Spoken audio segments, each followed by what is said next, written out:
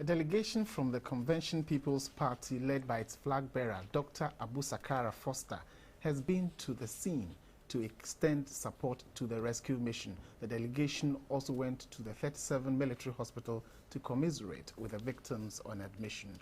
A report by Sarah Fori. The delegation was made up of the vice presidential candidates, Madam Sherita Sapon, executives of the party, and aspiring parliamentary candidates. They were briefed by the Director General of Joint Operations from the Ghana Armed Forces, Brigadier General Daniel Michio.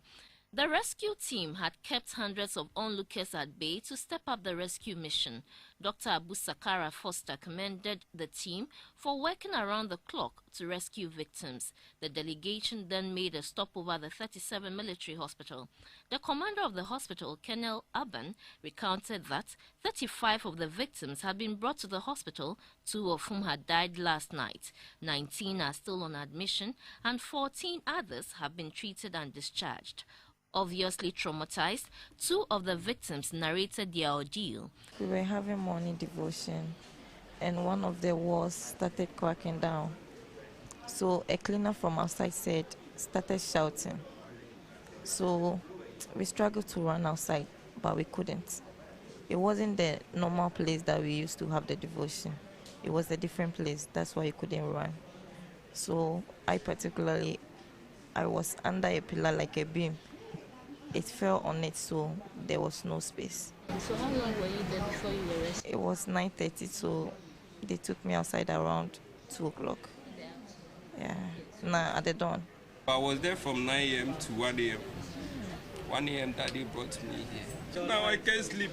When I hear any sound here, I feel like I'm in that position because the building was like this. And I was singing,